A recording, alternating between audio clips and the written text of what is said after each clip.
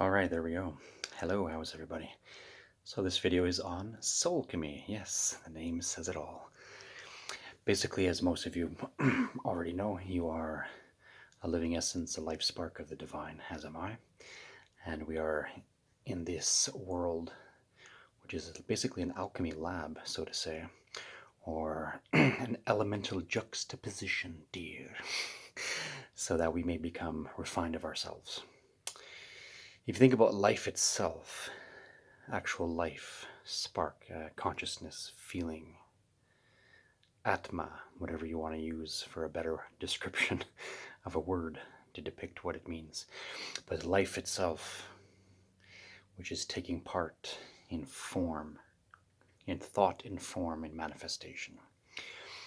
When we retract, we go back to life as a spark of endless energy, if you want to put it this way.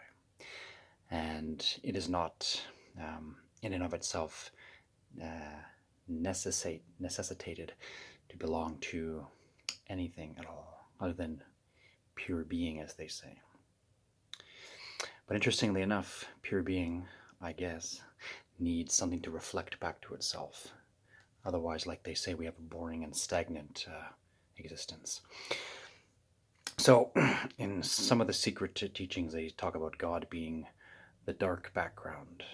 Not meaning dark as in a negative thing, but that which is behind everything that you can't see face to face. No one has seen God and lived, as they say. That itself has multiple meanings, but we'll perhaps get back to that in a moment or two. What is happening on this earth is life force having experience with the elements that have come together for the great purpose, which is called the great work, which is to get the soul and spirit perfected so that the essence of the being is made refined, pure, strengthened, bright, shiny, illuminated, and also very humble. In a lot of teachings, you think about the attainment or the enlightenment of the divine. And anyone who's actually reached a very high level of divine awareness, whether it's a Buddha or the Christos or some sort of mighty angel or God of some kind, but anything that is really truly enlightened will be in a calm center, having great access and also with it great humility. You cannot be an advanced being with pride and arrogance, or being a sulky, melancholic. It would be great divine peace, tremendous awareness, and tremendous humility. So until those things are achieved, we're in this alchemy lab. All these worlds, 3D worlds, 4D worlds, 5D worlds, 12D worlds, and so on and so forth. How many are there really? I don't know any more than you. We can stick with the basics for now. For a frame of reference, dear. So you suddenly find yourself incarnate in a kicking, screaming baby's body, gasping for breath, coming out the mother's birth canal into the world. A fresh new chance to continue yourself, such as it is, such as we have been doing up until now. When you take the fire principle, life spark, creation, the warming of something, the becoming of something. So this is one eternal essence that exists in the cosmos. When you take the negating aspect, the cooling principle, the water aspect in its basic sense, you have the complementary opposites. Even as we have air, which is spaciousness, and earth, which is a magnet, so you have a place to go, a place to put the feet down, as you guys know. So spaciousness, a place that's concrete, so to say, with which to take form. And then the positive and the negative, so to say, the yin and yang, come together. And there, in the middle, the spirit is born. So the secret of one of the secrets of the meaning of the cross is the perfecting of everything when they've been met in the middle of all things. It has nothing to do with the religion that was put around Jesus Christ per se. So in Christian mysticism, we would say, yes, it's the meeting of all things, the Alpha and the Omega coming into one, the Father and the Son, the Mother and the Daughter. Use whatever term you like. But It's a meeting in the middle. It's the center point of all things. So the elemental structure, that's why when we use the classic star symbol, the star is much more ancient than neo-paganism and the way the Wiccans and such use it now. And no offense to them, but that star is an ancient symbol of the divine template, not just of mankind, but of when spirit incarnates into matter and its combinations thereof. So I'm trying to say a lot and cramming it into, and I'm probably going to fumble a lot and sound strange even to myself. But so be it. So this Earth process, this whole universe, but let's focus on the planet that we're on for now, lest we be muddled in our mind even more. But we're going through this whole thing in order to be refined and perfected, like we said. This is the experience. So when we have, as we were saying earlier, when we have too much fire aspect, too much hot-headedness, anger, too much ambition, an over amount of go, go, go, go, go, go, there's a restlessness. This is also based on fear. The fear factor, which is not always bad. Fear leads to action and getting yourself out of problem, fight or flight method, things like this. But when the heat aspect is too strong, we need to counterbalance it with being cool and calm. So if you find yourself with too many fiery aspects in yourself, in your mind, in your heart, and you're finding that it's overwhelming you, you need to calm down. Too much fire, like for example, too much fire principle in some person, even in a child, could be considered even ADHD and symptoms like this. When you really break it down to, it's not a chemical imbalance. Well, it is chemistry, but in a much simpler and more profound way than they would think. It's not necessarily about brain circuits themselves malfunctioning. It's about the elements and their base levels. When the soul is trying to balance those four and has taken one too far. As an example, I'm using that one. So somebody who's too depressed, too melancholic, very blue. There's a reason why we say all these words, because they come from the water principle, the negating factor, the opposite of the creation, and the oompa and the force of life. It's sort of the stagnancy. Tepid waters, if waters do not move, they become putrid, putrefy. Even as our bodies are putrefying as we speak, man. You are born to die in order to rise again, as am I, right? So, those principles. Too much air, an airhead, someone with too much spaciousness, someone who meditates all the time and is not perhaps doing enough action, someone in the clouds, someone only a dreamer. And it's not to make fun of any person at all. I'm just using examples of when the elements are exaggerated and not counterbalanced by their opposite, so that we can meet in the center, become whole, holistic, holy. Holy means holistic. Too much earth principle, lethargy, being stuck, not having the right, well, how would we say that? Like if somebody is like a couch potato or something like that, and we've maybe all been guilty for once in a while, especially in the times that we're in, conducive to such behavior. But yeah. So, too much spaciousness, what is the opposite? Too much stagnancy and being stuck in one spot and not wanting to go and do, or not having earth principle. Also, too much of that is like being stubborn, not being open-minded enough, being very blunt, very tunnel vision maybe. I'm just using these for examples. You can come up with your own as I'm speaking it. So you see these symptoms, these problematics, these characteristics of any given person. All of us have these things within us because we are working with the elements to perfect the soul. The spirit out of a body cannot change much, can't perfect itself much. It needs materials, it needs form and shape, being in essence, to do, to move, to become.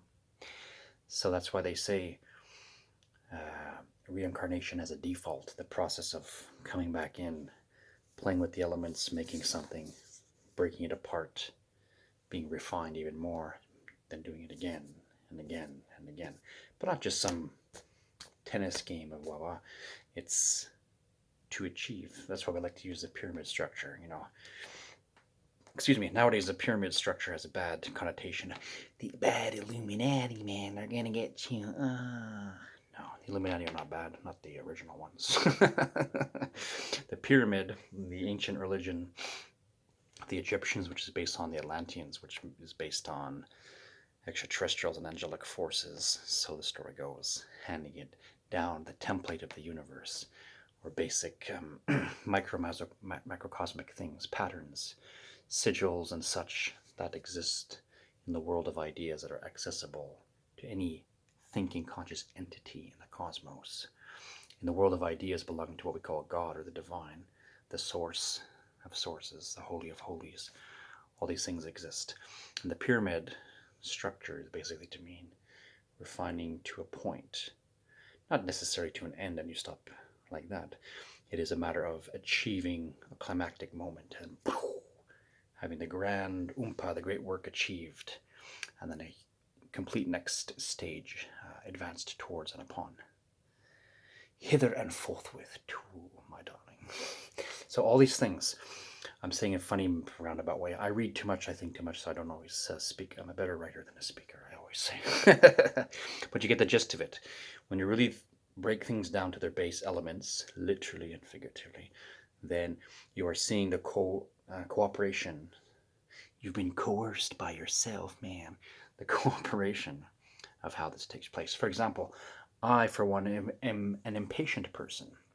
This is when and I'm a Libra astrologically, and that plays a factor, large or small, for every single person.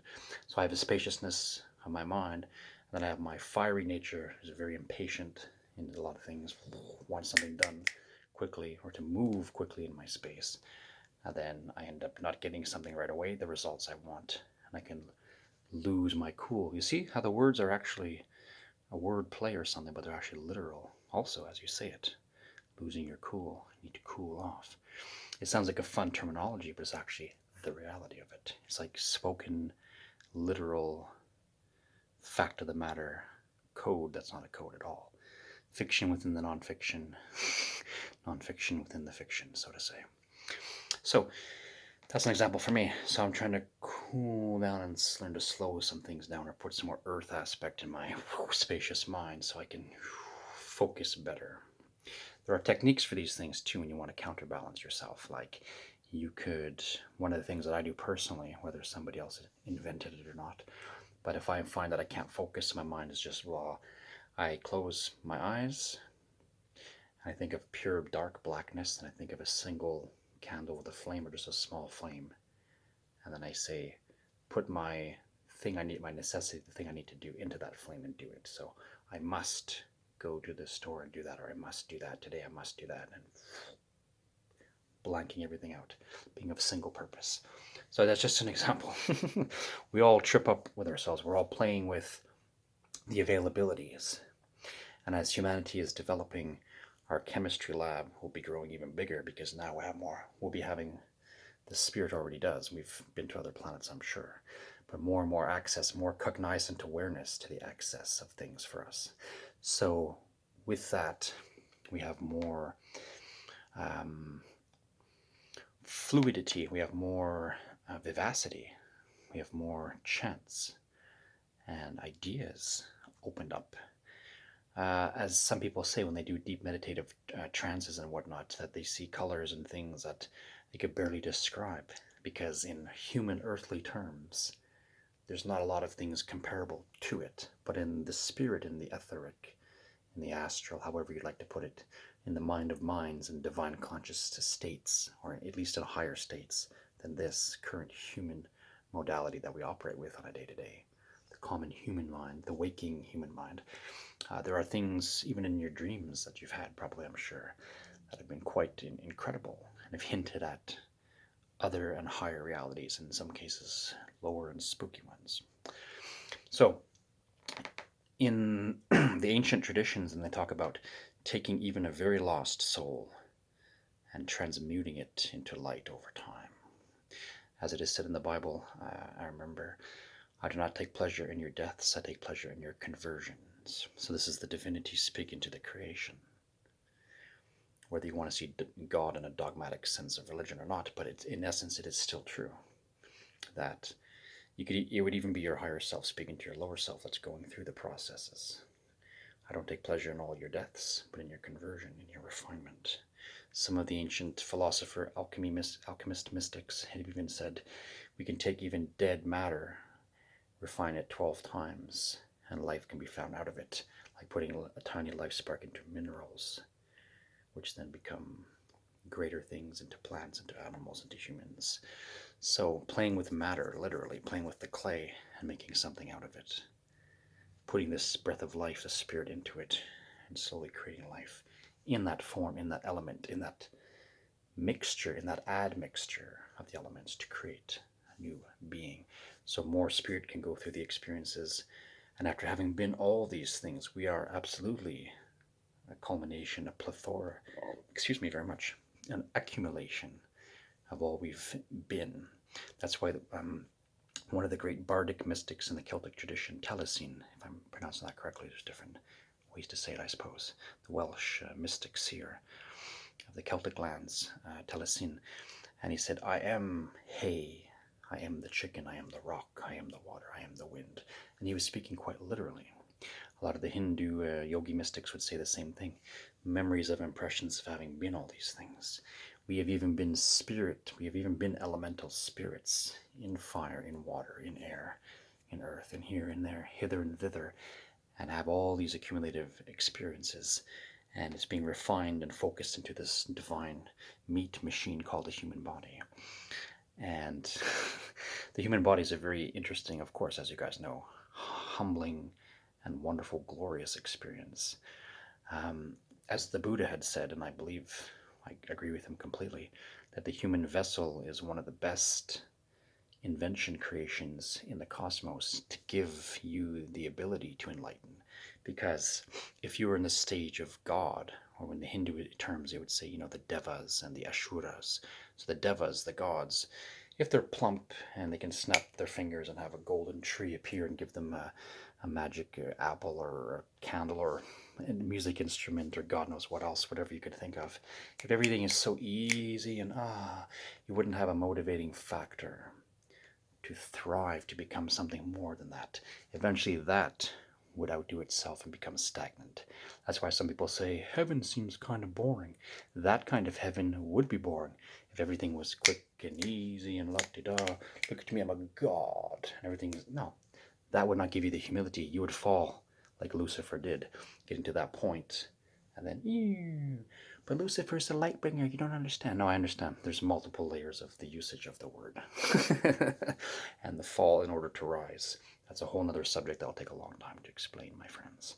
But yeah, you are taking a human vessel, which is somehow right in the middle of so many things. I'm not saying it's the best invention in the world. Maybe it's quite foolish.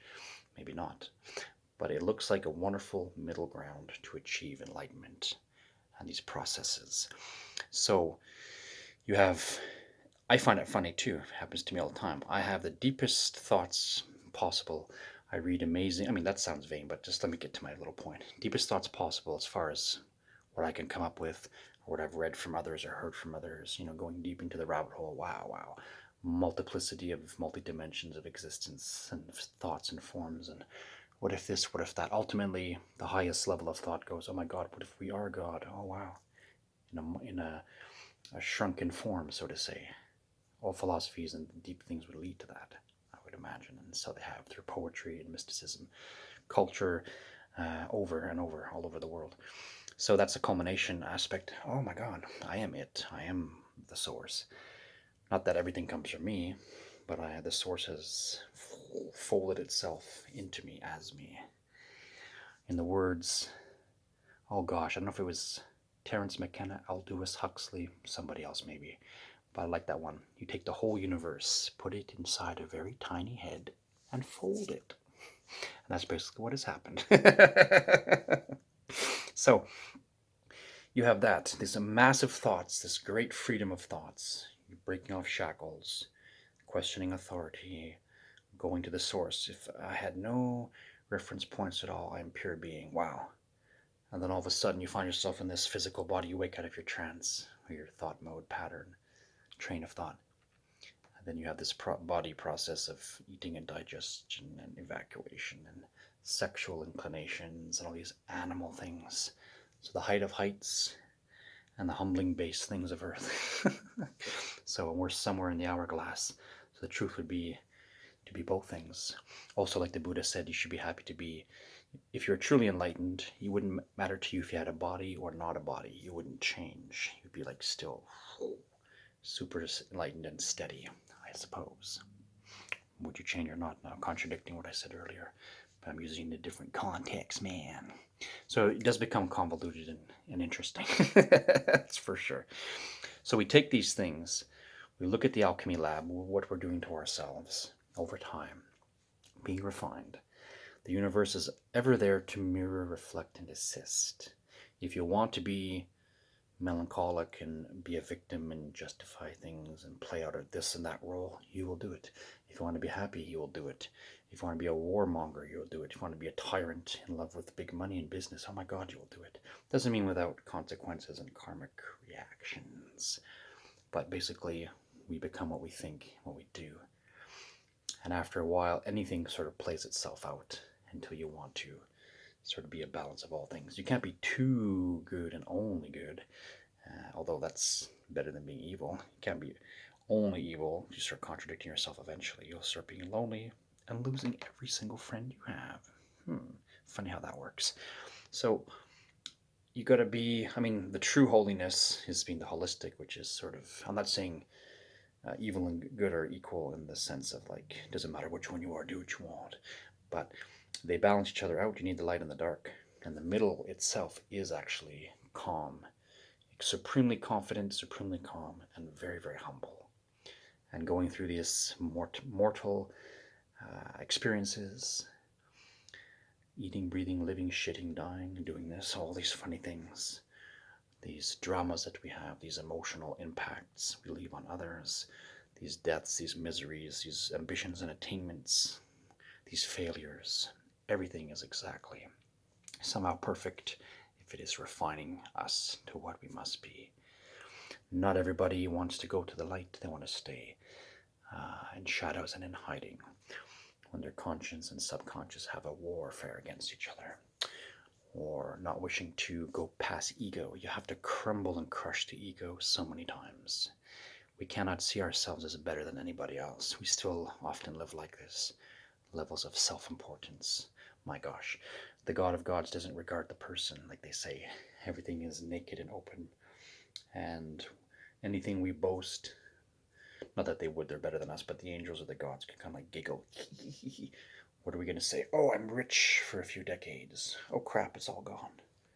I'm out of my body. Oh, okay, interesting experience. So, not to mock the rich, I don't even hate them. Just saying as an example.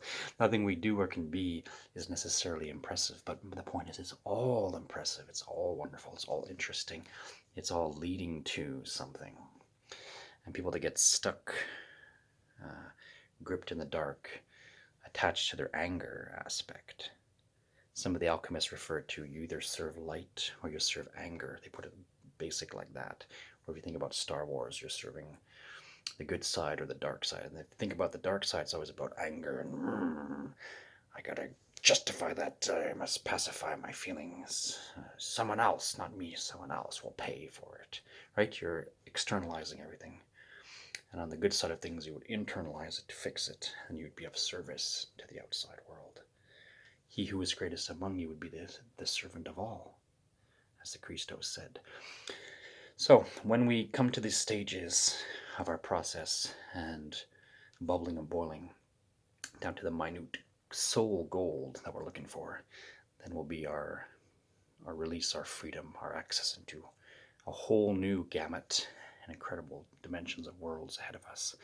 So to go back what I was earlier saying, never have enough time to condense it all, but if you find yourself lacking in one, in a fire, in a water aspect, in air, in an earth aspect, if your spirit isn't enough, center and balance all of them as much as you can, as much as you know how to do for yourself, what you feel right for yourself, so that you're not lacking in one and overcompensating in another.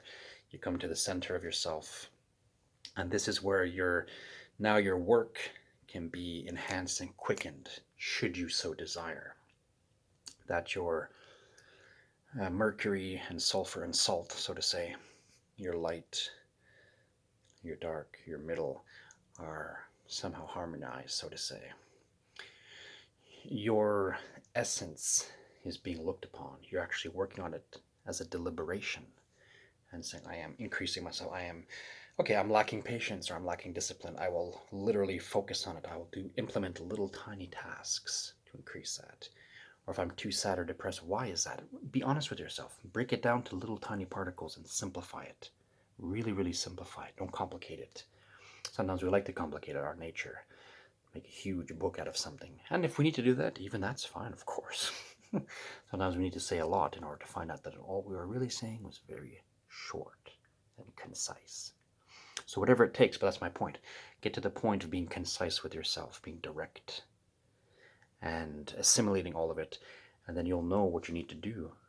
Most of the time, we already really truly do know what we need to do. Sometimes we just need a little push, a little reaffirmation, a little something, a little nudge from somebody, a little sign from the universe. They're there. Help is always available. When we look, we find. You guys know that that's true, just like I do. Seek and you shall find. That is absolutely true. The universe leaves nobody as an orphan, not even the darkest spirit that's lost. If they wanted help and they were asking for forgiveness, they would get it. And you will find yourself going through all these things in order to simplify. And the more we simplify, the bigger we also become. That's the amazing part. The more you refine yourself, the grander you become. Then you realize the world belongs to you just as you belong to the world. And you don't need material ownage to feel something, as an example. So work on yourself. Work on your alchemy lab. Work on the philosopher's stone, which is you, the wonderful, refined spirit within all this. And you will find yourself advancing little steps. I will keep doing it. I have also a lot of things. I have a lot of damage in my heart, a lot of old sighs and wounds that I'm still recovering from. I had a pretty hard life. Half of it I guess I chose by consequence, or it was needed. Other half seemed to be done to me, but even that was karmic or lessons needed and required as a collective. So I can't really resent anything. I get to be thankful and grateful for what's happened to me. But I'm still healing over my own wounds, just as you guys are too. Conquering the depressions, looking for clarity, trying to refine the meaning of life. And what it comes down to is what makes you happy and free, what actually is making you feel like you're growing and becoming more you, more real. That is all we really should be doing. And whether it is through a task or a job or this or that, finding yourself and having the right reflections coming back to you, the right friendships and relationships, and different things like this, experiences that are making you be that refined soul gold and being so happy and free. That's all any of us can really do. And if we work on it deliberately, not overly every day, like hardcore, like I'm going to work on my own soul chemistry, buddy, see you later, and like shutting the door and locking it. No. If you want to be a hermit, go for it. I've had a lot of solitary time too. But what I mean is, do it in stages and pace it. We're allowed to have distractions. We're allowed to be goofy. We're allowed to be human. We can have our cake and eat it too sometimes. You can be very divine and awake, and you can still enjoy sexuality with a partner. I do. Nothing wrong with that. No guilt, as an example. You can enjoy food. You can enjoy traveling, and all these things while you're working on yourself. If you can do both at the same time, is good. That was the secret of breath. You inhale, you exhale. You inhale, you exhale. All these secrets hidden right in nature in our face every day are teaching our spirits just what to do, laddie and lassie. Do you understand? Do you bloody understand? That's really what it comes down to. In the whiskey, the wise eye is the key, the wise key. Alchemy, dear. And I'll leave it like that on a silly note because I'm a clown. Anyways, give you guys a chuckle. If you've watched it thus far, I send you a wee astral cookie. And you eat it like a wafer, the body of Christ. Not joking. Or maybe your own Christ inside. Something like that. God, don't be mad at me. We are the phoenix of our own ashes, quite literally. All right, take care. Namaste sincerely. May truth be with you and fulfillment. We'll catch you guys soon. Peace, love, and light. Ciao. Ciao, ciao, ciao.